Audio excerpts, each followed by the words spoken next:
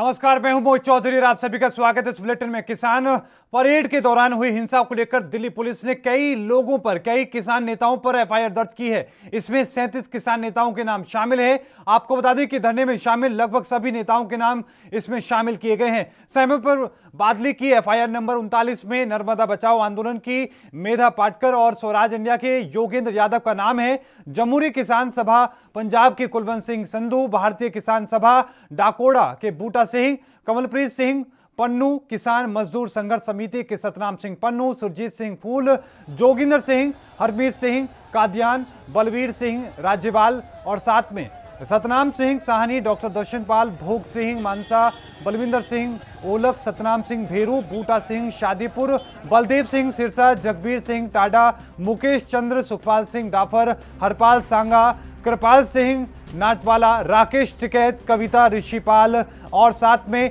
अंबवाता BM Singh और प्रेम सिंह गहलोत का नाम शामिल है। तो वहीं दिल्ली में पुलिस भी अब इस एफआईआर में आपराधिक षड्यंत्र, डकैती और साथ में घातक हथियार का इस्तेमाल, हत्या का प्रयोग जैसी गंभीर धाराओं के तहत यानी कि कुल 13 धाराओं के तहत में मुकदमे दर्ज किए गए हैं। तो वहीं किसान नेता वीएम सिंह ने ऐलान किया है और कहा है कि हम आंदोलन से अलग हो रहे हैं। इस दौरान उन्होंने राकेश टिकैत पर भी गंभीर आरोप लगाए हैं।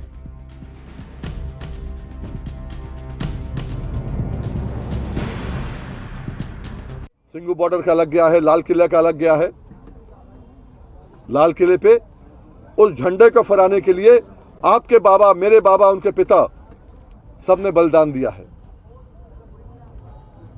सबको खराब लगता है और निशान साहब, हर सिख को भी खराब लगा होगा जिस दिन निशान साहब वहां पर लाल किले में चढ़ाया होगा। क्यों? निशान साहब गुरुद्वारों के ऊपर होता है, पवित्र संस्था के है।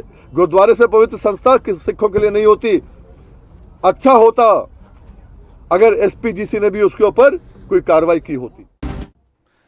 और इस खबर पर और ज्यादा जानकारी के साथ हमारे संवाददाता हमारे साथ सिंगू बॉर्डर से हितेंद्र स्वामी हमारे साथ जुड़ चुके हैं। हितेंद्र, क्या कुछ अपडेट है? क्योंकि हम लगातार तस्वीरें दिखा रहे हैं कि किस तरीके से किसान वापस लौट रहे हैं, लेकिन ये बड़ी खबर जो किसान नेता ने ऐलान किया है कि हम आंदोलन खत्म कर रहे हैं, कौन से वो संगठन है, क्या कुछ कह रहे हैं, विस्तार से बताएं। बिल्कुल मोहित, इस बात में कोई दो राय नहीं है कि अब किसान जो हैं वो वापस लौटते हुए दिखाई दे रहे हैं और किसान नेताओं का मनोबल भी कहीं ना कहीं गिरता हुआ दिखाई दे रहा है। जो मनोबल साथ में आसमान पर था, किसी भी बात को लेकर के कोई भी बात सुनने को तैयार नहीं थे, वो किसान नेता अब कहीं ना कहीं ये इस ओर देखते हुए नजर आ रहे हैं कि अब ये हो क्या रहा है, क्योंकि किसान आंदोलन को संभालने में कहीं ना कहीं नाकाम रहे हैं किसान नेता। और साफ तौर पर कुछ भी कह लीजिए, क्योंकि किसान नेता लगातार ये कह रहे हैं कि सरकार की तरफ से षड्यंत्र रचा गया, कोशिश की गई और इस किसान आंदोलन को बदनाम करने की ये जो कोशिश है वो की गई है। अगर इस बात के बारे में पहले ही किसान नेताओं को पता था तो फिर इस तरीके से 26 जनवरी को गणतंत्र दिवस पर ट्रैक्टर परेड नहीं निकालनी चाहिए थी, अगर इस बात का अंदेशा पहले ही था। क्योंकि जो ट्रैक्टर परेड निकाली उसका फायदा उठाया गया और कुछ लोगों ने जो हरकत की जिसकी वजह से पूरे देश को कहीं ना कहीं शर्मिंदगी जो है उसका सामना करना पड़ा। और इसी का नतीजा अब ये देखने को मिल रहा है कि जो जन आंदोलन बन चुका था किसान आंदोलन, वो अब किसानों का भी नहीं रह गया। कुछ किसान नेता भी ऐसे हैं जो संयुक्त किसान मोर्चा में नहीं है, या ये कह लीजिए कि जो सरकार से बातचीत करने के लिए जो नेता जाते हैं उनसे अलग हैं, और कुछ उनमें भी है। मतलब कहीं ना कहीं ये कह सकते हैं कि किसान नेताओं में अब फूट जो है वो पूरी तरह से पड़ती हुई दिखाई दी। और इसी का ये नतीजा है कि किसान अब बड़ी संख्या में यहाँ से वापस लौटते हुए दिखाई दे रहे हैं। यहाँ पर अब वो इतनी बड़ी संख्या में जो लोग जुटे हुए थे वो अब यहाँ पर तस्वीरें जो है वो देखने को नहीं मिल रही हैं। अब ट्रैक्टरों की संख्या भी घट रही है और जो लोग यहाँ पर सड़कों पर दिखाई देते थे जन सैलाब की तरह, वो भी तस्वीरें अब यहाँ पर दिखाई नहीं दे रही है। ऐसा लग रहा है मानो यहाँ पर कोई मेला लगा हो, वो मेला अब खत्म हो गया हो और लोग यहाँ से धीरे धीरे जाने की तैयारी। साथ में एक सवाल और हम समझने की कोशिश करें, क्या जो 37 किसान नेताओं पर एफआईआर दर्ज की गई है ये उसका डर है, उसी वजह से इस तरह की स्थिति देखने को मिल रही है? डर नहीं मोहित, किसानों पर एफआईआर पहले से ही दर्ज होती रही है। जब ये शुरुआत हुई थी किसान आंदोलन की, डर उस बात का नहीं है, क्योंकि जब भी कोई इस तरीके का प्रदर्शन होता है और प्रदर्शन में उग्र जो प्रदर्शन होता है वो भी होता है, लाठीचार्ज भी होता है, आंसू गैस के गोले भी दागे जाते हैं, वाटर कैनन का इस्तेमाल भी किया जाता है, लेकिन उसमें कहीं ना कहीं किसानों की जीत होती हुई दिखाई दे रही थी। लेकिन जो हुआ लाल किले पर, जो हुआ सिर्फ और सिर्फ उस घटना की वजह से अब शर्मिंदगी महसूस करनी पड़ रही है किसानों को भी, देश को भी। अब ये राजनीतिक षड्यंत्र है, सरकार का षड्यंत्र है या फिर किसानों की नाकामी है या दिल्ली पुलिस की नाकामी है, इसमें अभी कुछ नहीं कहा जा सकता। ये एक जांच का विषय है, लेकिन इस घटना से किसान आंदोलन जरूर कलंकित हुआ है, ये जरूर कहा जा सकता है। और इसका असर भी साफ तौर पर देखने को मिल रहा है। बड़ी संख्या में जो किसान है वो वापस लौटते हुए दिखाई दे रहा है। अब बिल्कुल हितेंद्र, कांग्रेस भी इस पूरे मामले को लेकर प्रेस कॉन्फ्रेंस कर रही है, वहां भी हम रुक करेंगे, लेकिन एक बात तो हम समझने की कोशिश करें हितेंद्र, जो किसान अभी मौजूद हैं वहां पर, जो आंदोलन में बीते 62 दिनों से बैठे हुए थे, शांतिपूर्वक बैठे हुए थे, उनके मन में क्या है? क्या वो उदास हैं इस घटना के बाद, नाराज हैं? बिल्कुल बिल्कुल बिल्कुल मोहित, ये नाराजगी ही है जो अब उन्हें उनके घर तक वापस लेकर के जा रही है, बिना हक लिए, जिसकी वो लड़ाई लड़ने के लिए यहाँ पर आए थे, डटे हुए थे, कड़ाके की ठंड में डटे रहे, मरने से नहीं घबराए। वो हम लगातार जिस तरीके से बात कर रहे थे, तमाम लोगों से लगातार पिछले 2-3 दिन से हम बात कर रहे थे, उससे पहले भी हमारी टीम यहाँ पर थी, वो भी बात कर रही थी। साफ तौर पर सबका यही कहना था कि हम शहीद हो जाएंगे, लेकिन यहाँ से जब तक हमारी जो मांगे हैं वो पूरी नहीं हो जाती, तब तक हम यहाँ से वापस नहीं जाएंगे। लेकिन अब वो जो जज्बा था, वो जो जुनून था, जोश था, वो अब कहीं ना कहीं कम होता हुआ नजर आ रहा है किसानों में। जो आंदोलनकारी किसान हैं, जो यहाँ पर रुके हुए हैं, उनका भी चेहरा कहीं ना कहीं मायूस जो है वो नजर आ रहा है। और जो किसान नेता है उनका भी अब वो, उनमें भी, उनकी बातों में भी वो दम जो है वो दिखाई नहीं दे रहा है। दम और उत्साह नजर नहीं आ रहा है। बिल्कुल, बहुत बहुत धन्यवाद हितेंद्र स्वामी हमारे साथ जुड़ने के लिए, तमाम जानकारी को साझा करने के लिए। तो हितेंद्र स्वामी हमारे संवाददाता लगातार बीते कई दिनों से सिंघू बॉर्डर पर तैनात हैं, वो तमाम तस्वीरें आप तक पहुंचा रहे हैं, जिसे देखने के बाद आप अंदाजा लगा सकते हैं कि किस तरह के हालात हैं।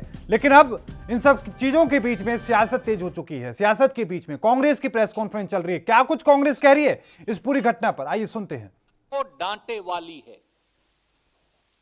दिल्ली में उपद्रव को रोकने में पूरी तरह नाकाम हुए गृह मंत्री श्री अमित शाह के इशारे पर दिल्ली पुलिस उन उपद्रवियों पर मुकदमा दर्ज करने की बजाय उल्टा संयुक्त किसान मोर्चे के नेताओं पर एफआईआर दर्ज कर उपद्रवियों के साथ भाजपा सरकार के गठजोड़, मिलीभगत और साजिश को साबित करती है। बीते 63 दिनों से लाखों अन्नदाता दिल्ली के दरवाजे पर 3 खेती विरोधी काले कानून वापस लेने के लिए शांतिपूर्वक आंदोलन कर रहे हैं। मोदी सरकार ने उन्हें रोकने के लिए आंसू गैस के गोले दागे, हड़ कपकपाती सर्दी में ठंडे पानी से वाटर कैनन चलाई, उनके रास्ते खोद दिए गए, पत्थर डाल दिए गए, ड्रेन्स खोद दी गई क्रेन्स लगाकर, और बर्बर लाठी चार्ज हुआ, मगर उन्होंने उफ नहीं किया और शांति प्रिय तरीके से आंदोलन करते रहे।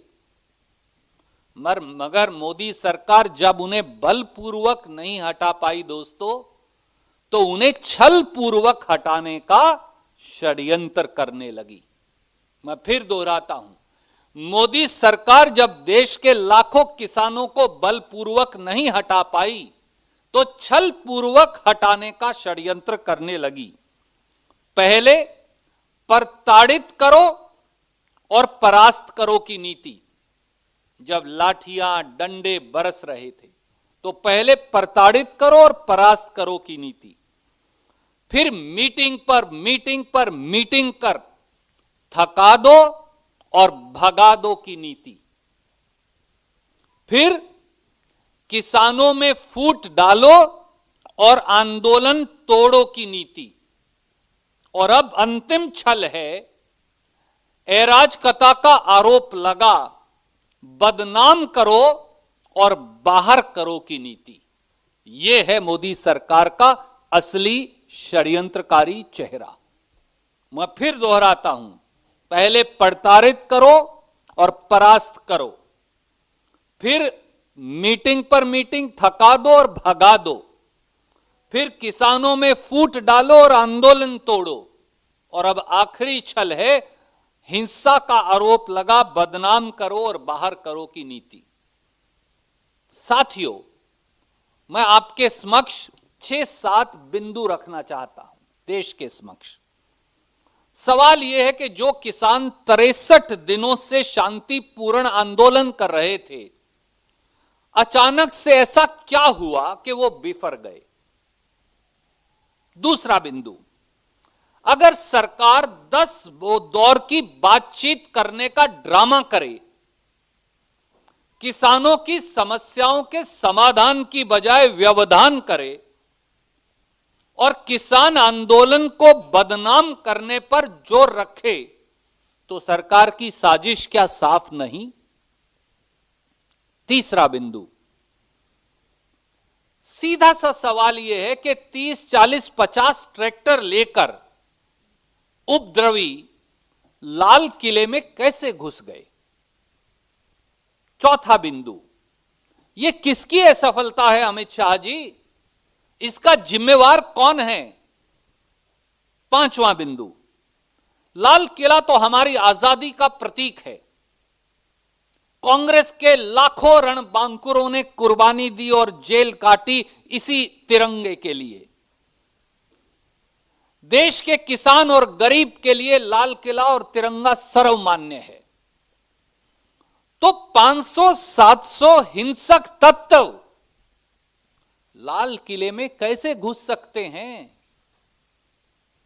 जो दीप सिद्धू प्रधानमंत्री मोदी और अमित शाह के साथ फोटो खिंचवाकर बैठक साझा करता है, उसे और उसके समर्थकों को लाल किले तक जाने की अनुमति किसने दी?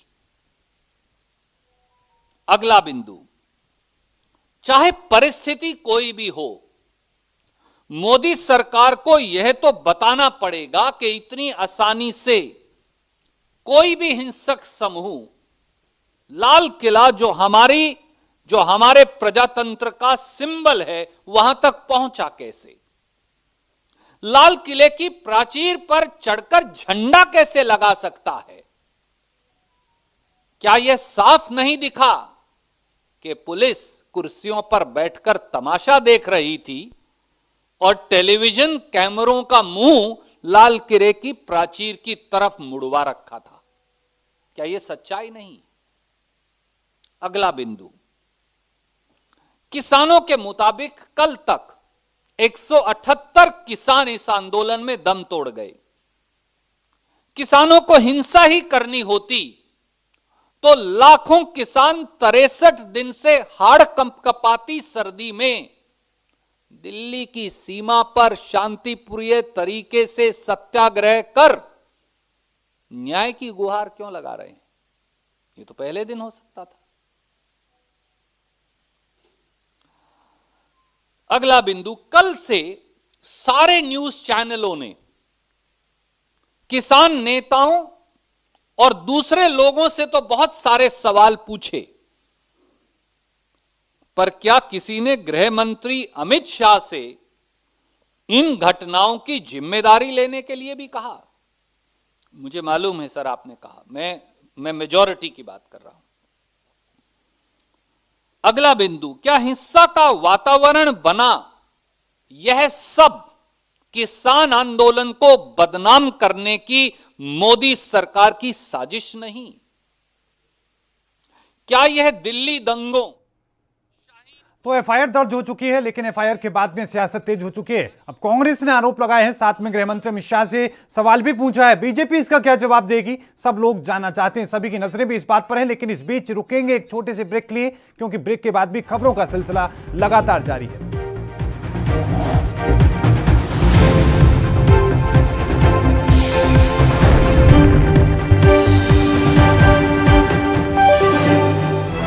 लखनऊ से लेकर चंडीगढ़ तक, मुंबई से लेकर रायपुर तक, क्या है राजनीति की हलचल, क्या है समाज का मिजाज।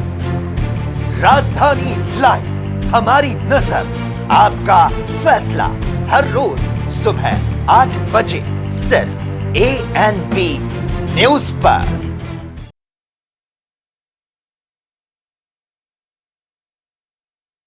क्या आप दुबले पतले कमजोर हैं?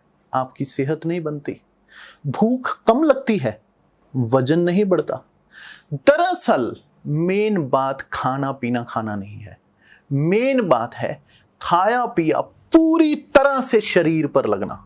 और अगर खाया पिया पूरी तरह से शरीर पर लगेगा नहीं तो आपकी सेहत बनेगी कैसे? लोग सोचते हैं कि मैं ज्यादा बढ़िया खाऊंगा, काजू खाऊंगा, बादाम खाऊंगा, किशमिश मेवे खाऊंगा या मांस मछली खाऊंगा तो मेरी ज्यादा बढ़िया सेहत बनेगी। क्योंकि सभी ने अपने बड़े बुजुर्गों से एक बात सुन रखी है कि घी दूध खाओ, सेहत तो अपने आप ही बन जाएगी। मैं कहता हूं घी दूध काजू बादाम तो आप खा लोगे, पर क्या उस घी दूध को पचाने की क्षमता आपके अंदर है? वरना इधर से खाया और उधर से निकल गया तो क्या फायदा? फिर चाहे आप जिम जाएं, कसरत करें, घी दूध खाएं, कुछ भी करें, आपके ऊपर इसका असर नहीं होगा। जैसे आप अपने घर के पानी की टंकी में जितना मर्जी पानी भरे जाएं, अगर नीचे से नल खुला रह गया तो सब कुछ उसी में बह जाएगा। ठीक इसी प्रकार आप चाहे कितना भी अच्छा खा पी लें, अगर आपका पाचन तंत्र, अगर आपका लिवर सिस्टम ठीक नहीं है तो आपके ऊपर कुछ भी नहीं लगेगा। इसलिए हमारी संस्था सन्यासी आयुर्वेदा ने एक ऐसी दवा बनाई है जो कि आपके पाचन तंत्र को दुरुस्त। क्या आप दुबले पतले कमजोर हैं, आपकी सेहत नहीं बनती? भूख कम लगती है, वजन नहीं बढ़ता? दरअसल मेन बात खाना पीना खाना नहीं है, मेन बात है खाया पिया लगना। और अगर खाया पिया लगेगा ही नहीं तो सेहत बनेगी कैसे? इसलिए हमारी संस्था सन्यासी आयुर्वेदा ने एक ऐसी दवा बनाई है जो कि आपके पाचन तंत्र को, आपके लीवर सिस्टम को ठीक करने का काम करती है, ताकि आप जो भी खाएं उसका पूरे का पूरा निचोड़ आपके शरीर को लगे, आपकी भूख बढ़े, खाया पिया सही से लगे, नया खून बने, हड्डियों में जान आए, वजन बढ़े, ताकत बढ़े, चेहरे पर नूर आए और आप मोटे तगड़े खूबसूरत पर्सनैलिटी के मालिक बन जाएं। यह दवा पूरी तरह से आयुर्वेदिक होती है। इसका शरीर पर कोई भी साइड इफेक्ट, कोई भी नुकसान या दुष्प्रभाव नहीं होता। लड़के लड़कियां दोनों इसका इस्तेमाल कर सकते हैं और पहले 15 दिन के अंदर ही आपको इसका असर महसूस हो जाएगा। सिर्फ 650 रुपए की पूरे 1 महीने की दवा होती है और आप इसे घर बैठे 01145454545 पर फोन करके दवा मंगवा सकते हैं।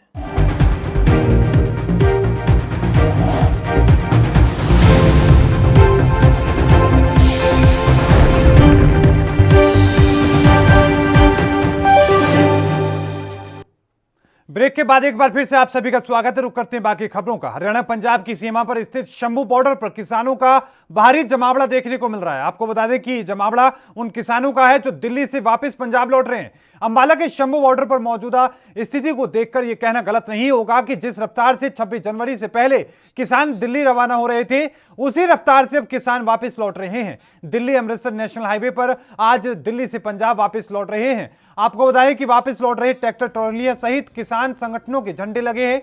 वाहनों की कतारें टूटने का नाम नहीं ले रही हैं। यह नजारा दिल्ली अमृतसर नेशनल हाईवे का है, जहां अब दिल्ली से लौटने वाले ट्रैक्टर ट्रॉलियों की कतारें टूटने का नाम नहीं ले रही हैं। दिल्ली में हजारों की संख्या में किसान अब वापस पंजाब लौट रहे हैं, जिसके चलते अंबाला के शंभू बॉर्डर पर किसानों को भारी जमावड़ा देखने को मिला। वहीं दिल्ली से वापस लौटने वाले दौरान वहां पर तमाम जो किसान थे उन्होंने अपनी बात कही। साथ में उन्होंने अपनी बात कहते हुए यह भी कहा कि यहां पर यानी कि दिल्ली में हिंसा भड़काने की कोशिश की गई है। तो वहीं अंबाला वापस लौटे भारतीय किसान यूनियन के अंबाला के उप प्रधान ने कल दिल्ली में लाल किले पर फहराए गए हुए उपद्रव पर भी अपनी बात कही और उन्होंने इस पूरी घटना का ठीकरा पंजाबी फिल्म अभिनेता दीप सिद्धू और बीजेपी पर फोड़ दिया। इसके साथ ही उन्होंने कहा कि दिल्ली में माहौल बीजेपी की साजिश के तहत खराब किया गया।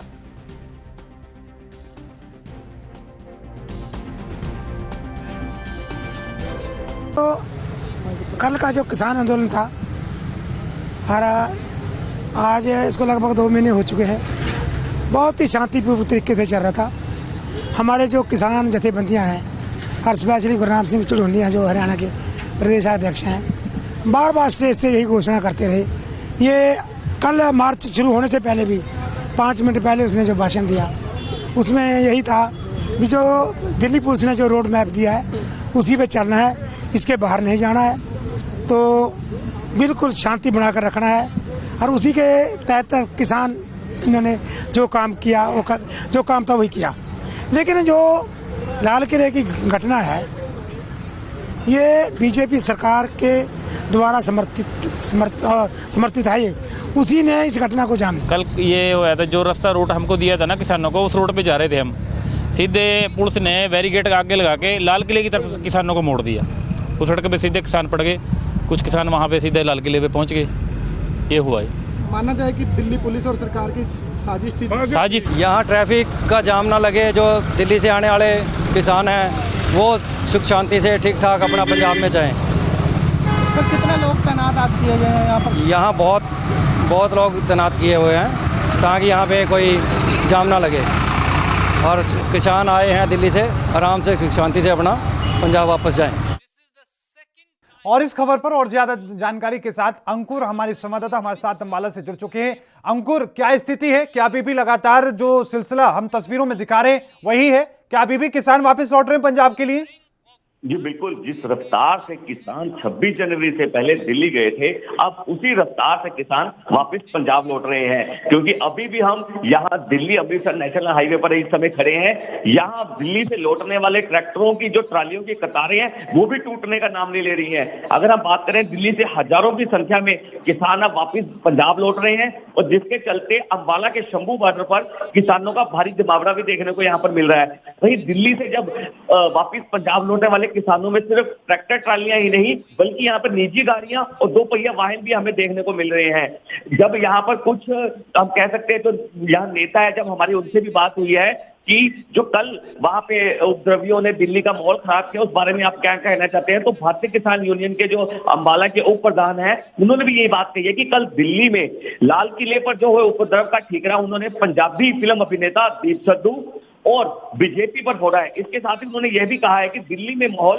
बीजेपी की साजिश के तहत खराब हुआ है। जब यहाँ पे जो पुलिस अधिकारी हैं जो शंभू बॉर्डर पर खड़े हैं, हमारी उनसे भी बात हुई है, उन्होंने भी यही बताया कि दिल्ली से वापस जो पंजाब लौट रहे किसान भी है उन पर हम कड़ी नजर बनाए हुए हैं। शंभू बॉर्डर पर भी जो पुलिस की तैनाती इसलिए की गई है क्योंकि यहाँ पर किसान शांतिपूर्वक तरीके से पंजाब वापस जा सके, क्योंकि शंभू बॉर्डर पर किसी तरीके से ट्रैफिक व्यवस्था ना बिगड़े, इसके लिए भी यहाँ पर पुलिस तैनात की गई है।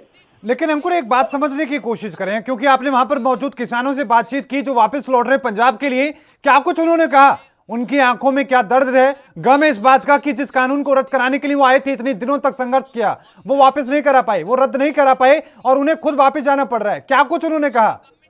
जी बिल्कुल, उन्होंने सही शब्दों में सिर्फ यही कहा है, उन्होंने ज्यादा लंबी बात नहीं की, लेकिन उन्हें सभी किसानों ने जो यहाँ के प्रधान है उनसे भी यही बात, उन्होंने यही कहा है कि जो पंजाबी फिल्म अभिनेता है दीप सिद्धू और जो यहाँ पर माहौल खराब हुआ है उसका सारा जिम्मेदार उन्होंने अभिनेता दीप सिद्धू और बीजेपी पर ही फोड़ा है। उन्होंने कहा है कि जिस तहत हम दिल से वहां पर गए थे, कुछ उपद्रवियों ने सारा माहौल खराब कर दिया है, जिसको लेकर हम अब अपना पंजाब वापस लौट रहे हैं और जो आगे की जो भी कार्रवाई होगी हम आपस में बैठकर यहाँ पर होगा कि आने वाला समय क्या दिखाएगा कि हम दोबारा दिल्ली कैसे जाएंगे। जब तक हमारी संगठनों से यह बातचीत नहीं हो जाती है तब तक हम वापस पंजाब लौट रहे हैं। उसके बाद ही अगला एजेंडा, जब हमारी बातचीत हो जाएगी उसके बाद हम बताएंगे कि अगला एजेंडा हम दिल्ली कैसे आगे, आंदोलन को कैसे आगे बढ़ाएंगे। बिल्कुल, बहुत बहुत धन्यवाद अंकुर हमारे साथ जुड़ने के लिए, तमाम जानकारी को साझा करने के लिए। अंकुर कपूर हमारे संवाददाता हमारे साथ अंबाला से जुड़े, उन्होंने बताया कि किस तरीके से भारी संख्या में अभी भी लगातार ये सिलसिला जारी है और किस तरीके से किसान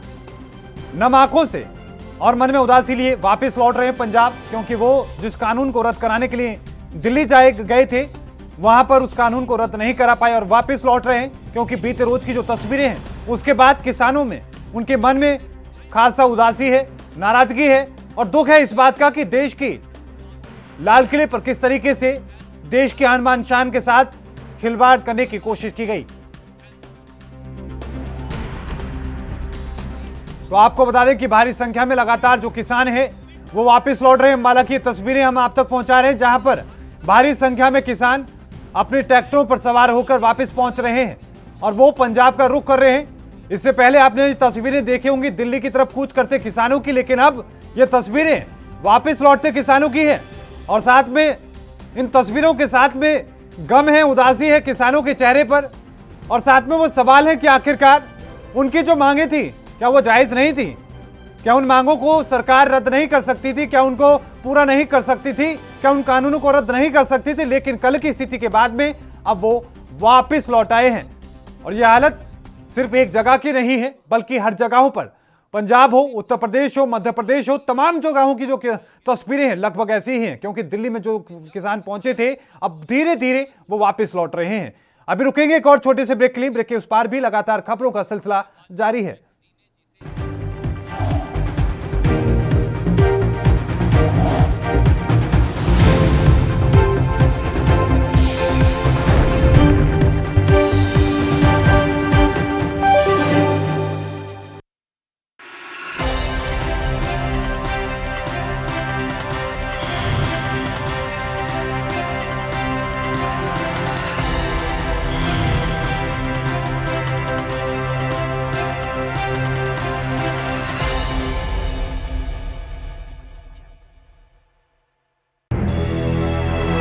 लखनऊ से लेकर चंडीगढ़ तक, मुंबई से लेकर रायपुर तक, क्या है राजनीति की हलचल, क्या है समाज का मिजाज। राजधानी लाइव, हमारी नजर, आपका फैसला, हर रोज सुबह 8 बजे सिर्फ ANP न्यूज पर। क्या आप दुबले पतले कमजोर हैं, आपकी सेहत नहीं बनती, भूख कम लगती है, वजन नहीं बढ़ता? दरअसल मेन बात खाना खाना नहीं है, मेन बात है खाया पिया लगना। और अगर खाया पिया लगेगा ही नहीं तो सेहत बनेगी कैसे? इसलिए हमारी संस्था सन्यासी आयुर्वेदा ने एक ऐसी दवा बनाई है जो कि आपके पाचन तंत्र को, आपके लीवर सिस्टम को ठीक करने का काम करती है, ताकि आप जो भी खाएं उसका पूरे का पूरा निचोड़ आपके शरीर को लगे, आपकी भूख बढ़े, खाया पिया सही से लगे, नया खून बने, हड्डियों में जान आए, वजन बढ़े, ताकत बढ़े, चेहरे पर नूर आए और आप मोटे तगड़े खूबसूरत पर्सनैलिटी के मालिक बन जाएं। यह दवा पूरी तरह से आयुर्वेदिक होती है। इसका शरीर पर कोई भी साइड इफेक्ट, कोई भी नुकसान या दुष्प्रभाव नहीं होता।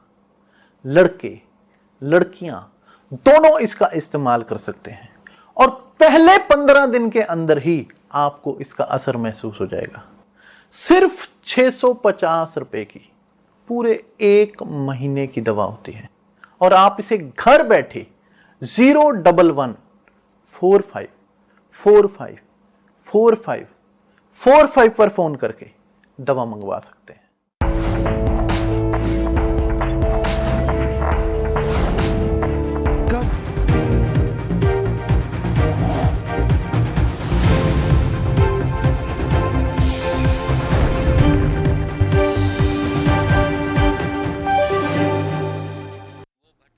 ब्रेक के बाद एक बार फिर से आप सभी का स्वागत है। रुक करते हैं बाकी खबरों का। नए कृषि कानूनों का विरोध शांत होने का नाम नहीं ले रहा है। बीते रोज दिल्ली में किसानों के उपद्रव के बाद में अब बड़ी खबर हरियाणा से है। यहां पर इंडियन नेशनल लोकदल के विधायक अभय सिंह चौटाला ने विधानसभा से इस्तीफा दे दिया है। उनका यह इस्तीफा स्पीकर ने स्वीकार भी कर लिया है। बताया जा रहा है कि कृषि कानूनों के विरोध में किसानों के समर्थन करते हुए अभय सिंह चौटाला ने अपना यह इस्तीफा दिया। आपको यह भी बताते चलें कि न्यायालयों के प्रधान महासचिव अभय सिंह चौटाला ने किसान आंदोलन का समर्थन किया था और कहा था कि सरकार ने अगर 26 जनवरी तक नए कृषि कानून वापस नहीं लिए तो वो अपना इस्तीफा दे देंगे। और इसी के साथ में आपको यह भी बताते चलें कि चौटाला ने एक पत्र भी स्पीकर को भेजा था, जिसमें चौटाला ने कहा था कि अगर सरकार ने नए कृषि कानून 26 जनवरी तक वापस नहीं लिए तो इस पत्र को ही उनका इस्तीफा समझ लिया जाए। तो वहीं इस पर सियासत देखने को मिली थी। बीजेपी ने आरोप लगाए थे कि ऐसे कोई इस्तीफा स्वीकार नहीं किया जाता है। तो वहीं खुद स्पीकर ने भी इस पर अपनी बात कही थी, जिसके बाद चौटाला ने कहा था कि 26 जनवरी के बाद अगले ही दिन वो खुद अपना इस्तीफा स्पीकर के हाथ में सौंप देंगे।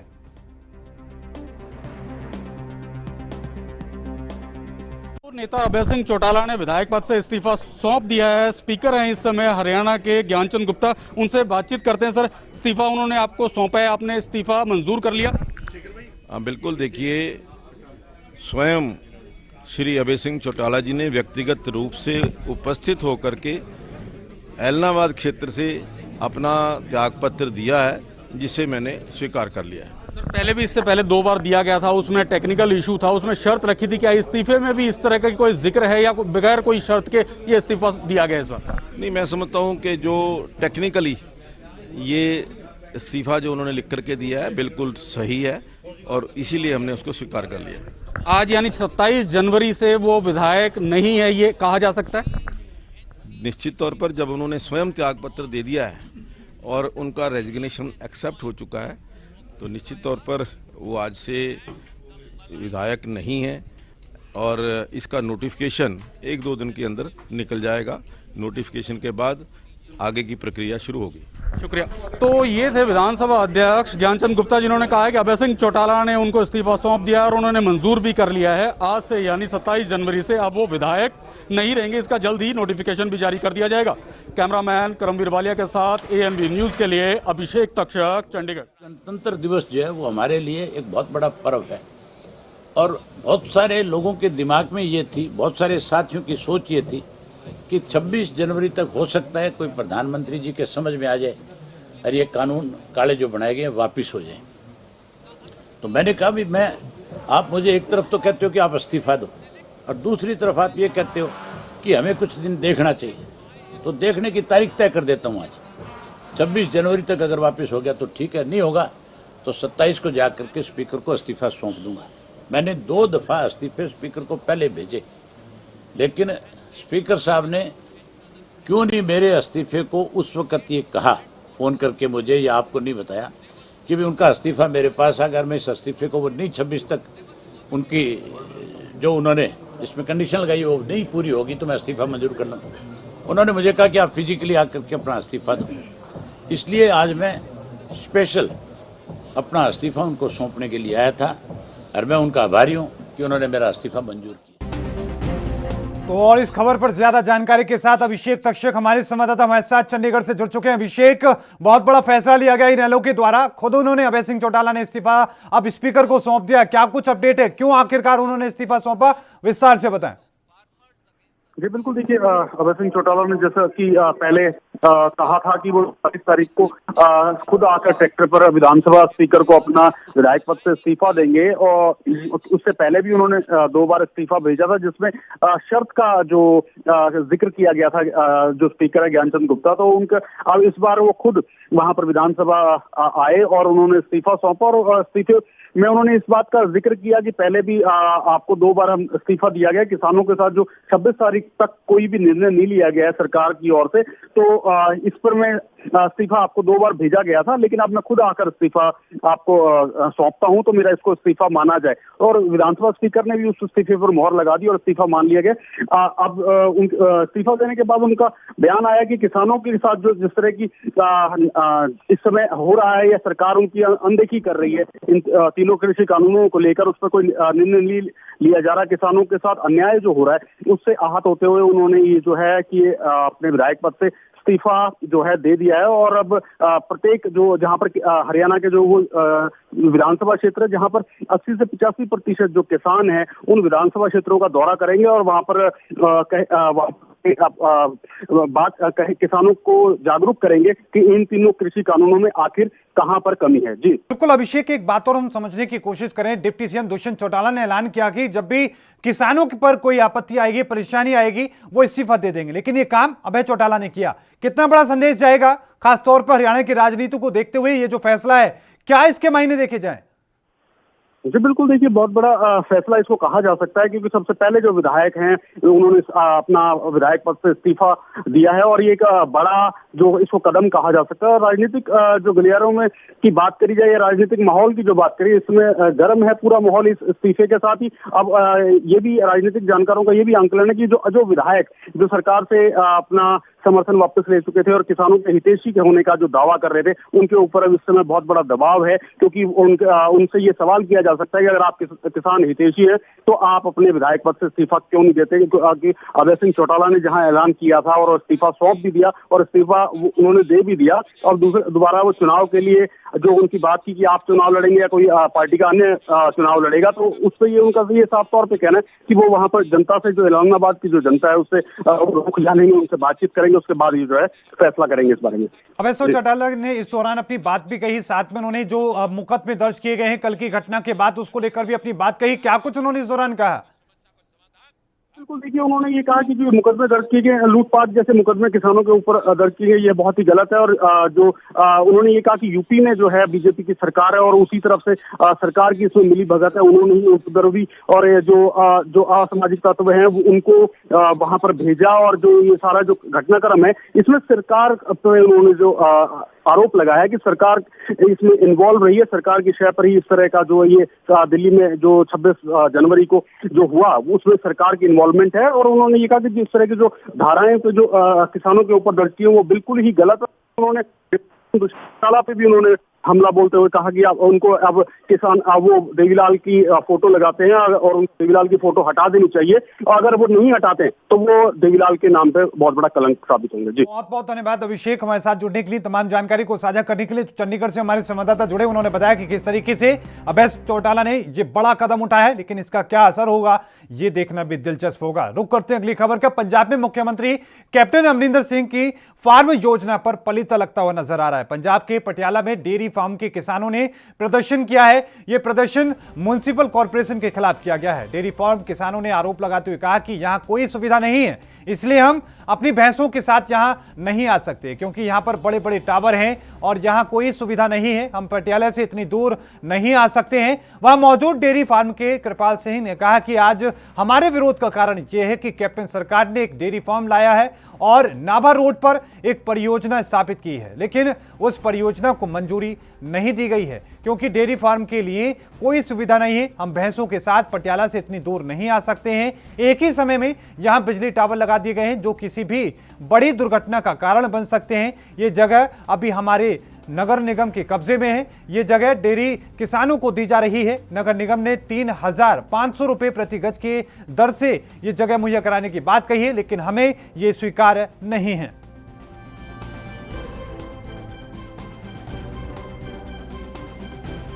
ਅਲਾਟਮੈਂਟ ਕੀਤੀ ਹੈ, ਅਲਾਟਮੈਂਟ ਸਾਨੂੰ ਮਨਜ਼ੂਰ ਨਹੀਂ ਹੈਗੀ। ਇਹ ਜਿਹੜਾ ਪ੍ਰੋਜੈਕਟ ਹੈ ਬਿਲਕੁਲ ਗਲਤ ਬਣਾਇਆ ਗਿਆ।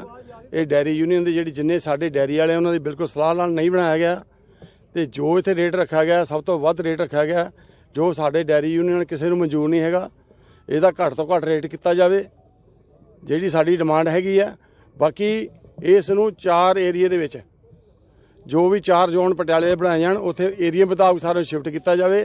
ਇਹ ਨਾ ਹੋਵੇ ਸਾਰਾ ਪਟਿਆਲੇ ਦਾ ਸ਼ਹਿਰ ਜਿੰਨਾ ਵੀ ਬਾਹਰ ਦਾ ਏਰੀਆ ਜਾਂ ਸ਼ਹਿਰ ਦਾ ਏਰੀਆ ਸਾਰਿਆਂ ਨੂੰ ਇੱਕ ਥਾਂ ਤੇ ਕੀਤਾ ਜਾਵੇ। ਇਹ ਗਲਤ ਕਰ ਰਹੇ ਨੇ। ਦੂਜੀ ਗੱਲ ਇੱਕ ਹੈਗੀ ਆ ਵੀ ਜਿਹੜਾ ਇਹ ਪਲਾਟ ਨੇ ਇਹ ਕਿਸੇ ਨੂੰ 150 ਗਜ ਕੇ 100 ਗਜ, ਜਿਹੜਾ ਬੰਦਾ ਬਾਹਰ ਉੱਠ ਗਿਆ ਇਹਨੂੰ 400-500 ਗਜ ਤੋਂ ਘੱਟ ਜਗ੍ਹਾ ਨਹੀਂ ਚਾਹੀਦੀ, ਬਲਕਿ 1000 ਗਜ ਜਿਹਨੇ ਜ਼ਿਆਦਾ ਕੰਮ ਕਰਨਾ 1000 ਗਜ ਜਗ੍ਹਾ ਚਾਹੀਦੀ ਹੈ।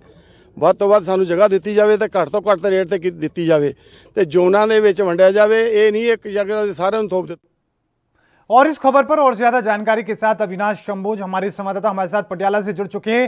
अविनाश, क्या आखिर वजह है, क्यों किसान वहां पर जो विरोध कर रहे हैं, जो डेयरी फार्म के किसान हैं, क्या कुछ कहते नजर आ रहे हैं, विस्तार से बताएं।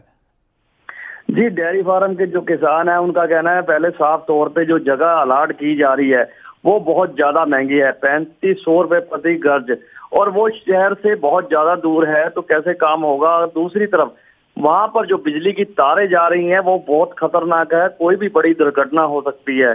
किसानों के साथ बातचीत नहीं की प्रशासन के द्वारा, जिसके चलते हुए कहीं ना कहीं जो डेयरी फार्म के किसान है वो नाराज दिखाई दिए। उनका कहना है एक तो जगह महंगी है और दूसरी यह जगह शहर से बहुत ज्यादा दूर है और यहाँ पर बिजली की जो तारें जा रही हैं कोई भी बड़ी दुर्घटना हो सकती है। अविनाश, एक बात और हम समझने की कोशिश करें कि जिस तरीके से उन्होंने अपनी मांग कही है, साथ में क्या उनकी ये भी डिमांड है कि इसको कहीं दूसरी जगह पर रखा जाए, या फिर उनकी बड़ी मांग सिर्फ कीमतों को लेकर ही है? जी, उनकी जो मेन मांग है, एक तो जगह महंगी है 3500 रुपए प्रति गज, और दूसरी जो जगह है यहाँ पर जो बिजली की तारें जा रही हैं, कभी भी कोई बड़ी दुर्घटना हो सकती है और साथ में नहर भी लगती है, तो कहीं ना कहीं दूसरी जगह जो जगह है ये शिफ्ट की जाए। जहां पर खतरे वाली ना हो और सस्ती दी जाए। सबसे जो मेन मांग है इनकी, जो जगह है वो महंगी है। अगर जगह देनी है तो कहीं मर्जी दे दे, दूर दे दें, लेकिन जगह के जो दाम है वो कम किए जाएं। सरकार के द्वारा जो जगह के दाम दिए गए हैं 3500 रुपए प्रति गज, ऐसे गुजारा नहीं होगा। जो डेयरी फार्म के किसान है उनका कहना है कैसे हम काम काज कर पाएंगे। जो 3500 रुपए प्रति गज जो जगह दी जा रही है वो भी दूर दी जा रही है, लेकिन इतने दाम में जगह नहीं खरीदने को तैयार है डेयरी फार्म के जो किसान है वो। बहुत बहुत धन्यवाद अविनाश हमारे साथ जुड़ने के लिए, तमाम जानकारी को साझा करने के लिए। तो अविनाश कंबोज हमारे संवाददाता हमारे साथ जुड़े, उन्होंने कहा कि वहां पर जो किसान है वो विरोध कर रहे हैं और साथ में अपनी मांग कह रहे हैं। उनका कहना है कि जो डेयरी फार्म के जो किसान है उनका ये कहना है कि जो परियोजना उनके लिए वहां पर लाई गई है वो वहां पर बहुत ही महंगी जमीन है और साथ में जो बिजली के तार जा रहे हैं उनको लेकर भी उनकी आपत्ति है।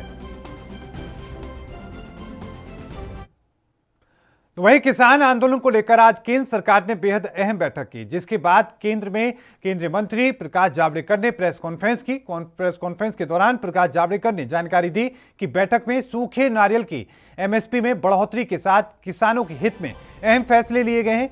जावड़ेकर ने कहा कि किसानों से बातचीत के दरवाजे हमेशा खुले हैं और सरकार किसानों के प्रति पूरी तरीके से समर्पित है। प्रधानमंत्री मोदी की अगुवाई में हुई बैठक में फैसला लिया गया है कि सूखे नारियल की एमएसपी में 52 रुपए की बढ़ोतरी की जाए। आपको बताएं कि 375 रुपए की प्रति क्विंटल बढ़ाने का फैसला लिया गया है। पहले ये 9,960 रुपए की प्रति क्विंटल था, लेकिन बढ़ोतरी के बाद एमएसपी 10,335 रुपए प्रति क्विंटल हो चुकी है।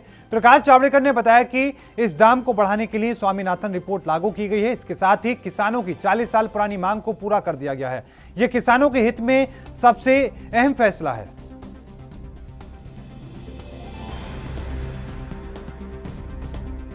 और कोपरा निर्माण करने वाले किसानों के लिए एक महत्वपूर्ण फैसला लिया गया।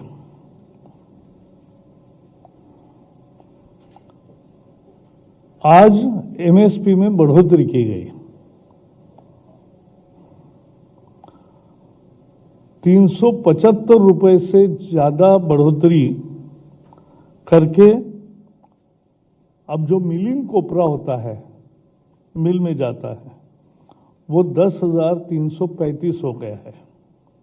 वो 9,960 था, अब 10,335 हो गया। और इसकी विशेष बात यह है कि लागत मूल्य इसका 6,805 है। 6,800 का कीमत 10,335 यानी 52% अधिक, कॉस्ट के ऊपर 52% कीमत दे रहे हैं। स्वामीनाथन फॉर्मूला जो था तो उसके तहत आज 6,800 रुपए जिसका लागत मूल्य है, ऐसे कोपरे को 10,300। और इस खबर पर और ज्यादा जानकारी के साथ राजीव तिवारी हमारे संवाददाता हमारे साथ दिल्ली से जुड़ चुके हैं। राजीव, आज कैबिनेट की बहुत ही महत्वपूर्ण बैठक हुई है किसान आंदोलन को लेकर भी और कई बड़े फैसले लिए गए हैं। क्या कुछ वहां पर जानकारी दी गई है, विस्तार से बताएं।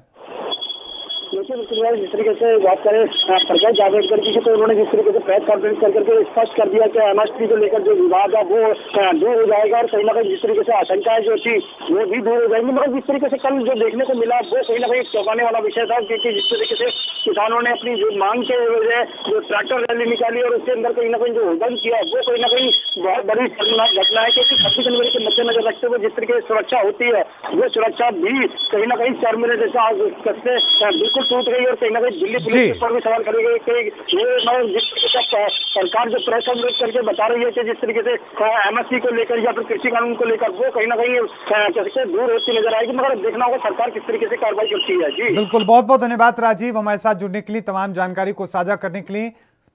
तो राजीव तिवारी हमारे संवाददाता जुड़े, उन्होंने जानकारी दी। और इस बुलेटिन में अभी के लिए इतना ही। देखते रहिए एनबी न्यूज, मुझे दीजिए इजाजत, धन्यवाद।